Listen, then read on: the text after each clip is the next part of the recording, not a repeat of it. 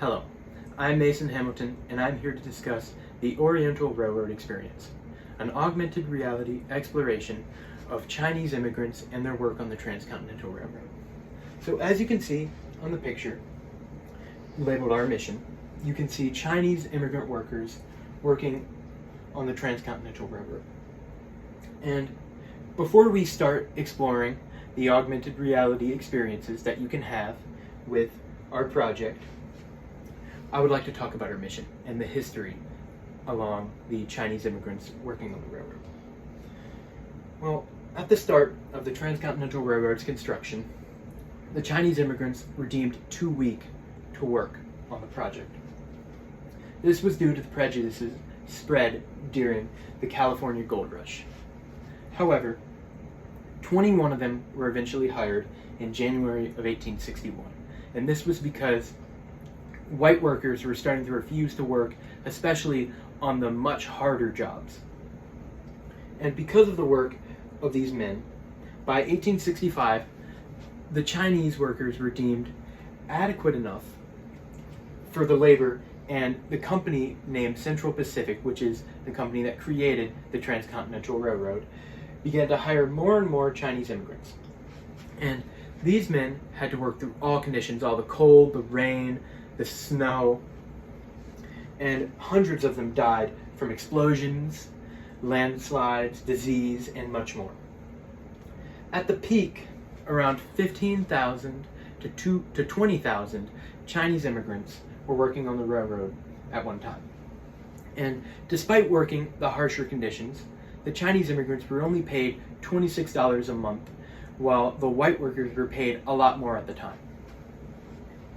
This difference in pay resulted in an 8-day labor strike in 1867, resulting in no progress to the railroad at the time, and all of the food, transportations, and supplies were cut from the Chinese living in the camps.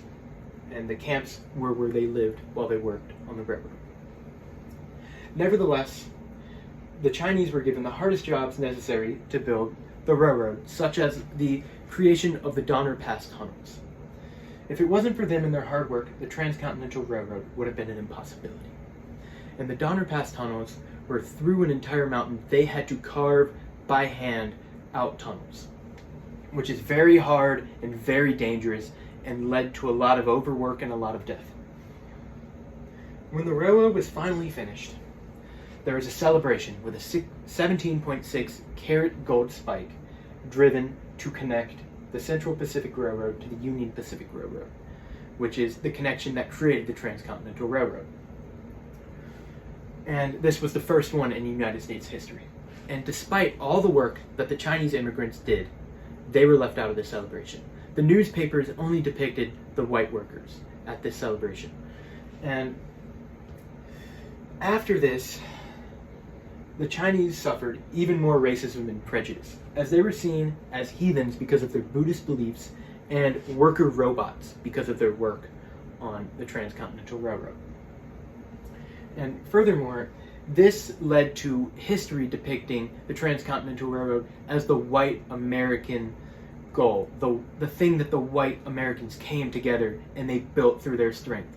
But the truth that is hidden is that it's actually work of the Chinese immigrants. And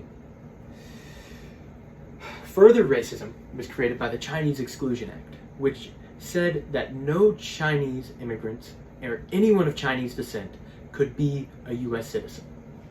And this was the first and only time that this situation occurred where one race was specifically targeted to not be a U.S. citizen. Through this augmented reality experience, my group hopes to create a more realistic representation of the history behind the Transcontinental Railroad, with context about the Golden Spike and its celebration, the Chinaman's Arch, the Golden Spike ceremony, which is the ceremony around the Golden Spike being planted into the railroad, and the endurance that it took for the unacknowledged men who worked on this railroad and the unspoken history to bring it back to the forefront of our minds and give these workers recognition for making what was deemed impossible reality. And now, I would like to discuss the actual exhibits at this augmented reality experience. So, the augmented reality tour consists of the following 4 exhibits, starting with the Golden Spike and then ending with the Chinaman's Arch. And each of these exhibits showcases a unique perspective and unique image representing the overlooked history that the workers had and the labor that they shed. And with voiceovers explaining the symbolism involved and quotes and personal accounts from the descendants of the workers. Now I would like to go on to Exhibit 1, which is the Golden Spike. And as this is what it would look like with our prototype. Here is the Transcontinental Railroad, and then we have a depiction of the Chinese immigrants nailing in the rails. So now, this exhibit is located at the site of the Golden Spike, which is the completion of the railroad. Here, the augmented reality would showcase a group of Chinese workers hammering in the Golden Spike. A plaque would also appear on the augmented reality with the direct quote, "On May 10th, 1869, the Golden Spike was driven in by Leland Stanford, a white government official of California. Much of the completion of the railroad was attributed to him, though much of the success of the railroad should be attributed to the over 10,000 Chinese workers who faithfully worked on the project for over 4 years. The railroad work was started by a crew of 21 Chinese workers and largely completed by the Chinese workers on that railroad, though they did not receive the credit that Leland Stanford or any of the white workers did." Now, on to Experience 2, the ceremony. Before we begin, I would like to show you the prototype, which shows Chinese workers in the celebration of the Golden Spike. This exhibit is located at the trains meeting together, signifying the completion of the tracks. Here, this augmented reality will showcase first the well-known picture of the white workers from the ceremony far away. And as you approach the site, these white workers will turn into the true people who are not known, the Chinese workers behind the site. And there will be 2 plaques. The first plaque would say, "The most well-known representation of the Golden Spike ceremony shows a group of white workers posing for the picture. These workers are celebrated for their work on the railroad and its completion." And then the second plaque would say, "However, the lesser-known heroes of the project is the group excluded from the picture. Chinese workers were asked not to stand in the picture, and the president of the Chinese Historical Society was kicked off of the list of speakers at the ceremony. Additionally, John A. Volpe, who spoke at the ceremony, failed to mention the Chinese workers at all." And once again, here is a picture that you would see as you're far away, but then once you scroll in, there is the Chinese workers. Now on to the third experience, which is the endurance. And so you have context, I would like to scroll down and let you see this picture. So now, this exhibit is located along the railroad tracks. As you walk along the tracks, the augmented reality would show weather changing from cold to hot and stormy, as well as scenes of explosions, landslides, and depictions of the diseased workers. This is the depiction of our prototype through the rain and the heat and the explosions. And this exhibit would have the following plaque below it. "The resilient Chinese workers endured many terrible conditions during much of their labor on the railroad. Nevertheless, they pushed through and accomplished building much of the tracks. The success of the railroad would not have been possible if it wasn't for the unrelenting work of the Chinese workers. Roughly 1,300 Chinese workers lost their lives during this project due to the dangerous conditions." And then our fourth and final exhibit is the Chinaman's Arch, which is depicted in this prototype below, with Chinese workers aside. This exhibit is located at the site of the Chinaman's Arch, which is a limestone rock structure. It is to the east of the Golden Spike. It received this name from the railroad passengers who always saw the rock formation while passing by the working immigrants, and thus it got the name the Chinaman's Arch, as they saw all the Chinese workers working alongside it. Here, the augmented reality will show a group of Chinese workers gathered around the rock, which is shown below. And the plaque will also appear, which would say there were over 10,000 Chinese workers over the course of this project who worked 10 to 12-hour workdays, 6 days a week, and routinely made much less than the white workers. This landmark, labeled Chinaman's Arch by railroad passengers who always saw the arch when passing by the working immigrants. The workers gathered around the rock, and that symbolizes their unity with one another, bonded by the resilience and the work throughout their hardships. And next, I would like to go to the map so you could see where everything is located. So you would start here at Exhibit 1 with the Golden Spike, which is now called the Golden Spike National Historical Park, and then you would follow to Exhibit 2 with the 2 trains, and then as you walk along the railroad, you would get to Exhibit 3, which shows all the harsh conditions as you walk alongside the railroad. And then finally, you would end up at the Chinaman's Arch at the end of the journey, right over there. Exhibits 1 and 2 are located in the same area. So our augmented reality, you would be able to switch between Exhibit 1 and 2 to fully see each experience. And after they are done, the visitor walks alongside the tracks while experiencing Exhibit 3 and ends the AR tour at Exhibit 4, the Chinaman's Arch. And for more context with Exhibit 1 and Exhibit 2, the Golden Spike also happened where the 2 trains met. And finally, we need to go into our sponsors and partners. Our first sponsor is the U.S.-China Business Council, which may be of help to support continued growth of Utah's economy via relations with China, which can be bettered by helping fund a monument to the Chinese Americans who worked on the railroad, which could be something further outside of the augmented reality experience, or they could help support us financially through the augmented reality's development. And as you can see in the pictures below,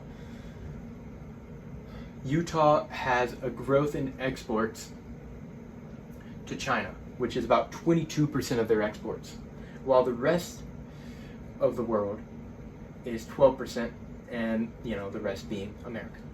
But they have grown over 279% in service exports to China, while they have only grown 64% to the rest of the world. And this shows Utah and China's connection, which means that the U.S.-China Business Council could see this and understand the importance of understanding the Chinese immigrants' history in Utah. And as you can tell, this shows the goods and services of Utah growing for exports to China with 22%, and the services growing from 104 million to 395 million, which is 279%. Then there's, of course, the Utah's Division of Multicultural Affairs, which works on raising cultural awareness in Utah, especially racial equity. One example of this happening before is during the COVID-19 pandemic. The organization had a grant to support minority communities who were affected more than the non-minority workers at the time.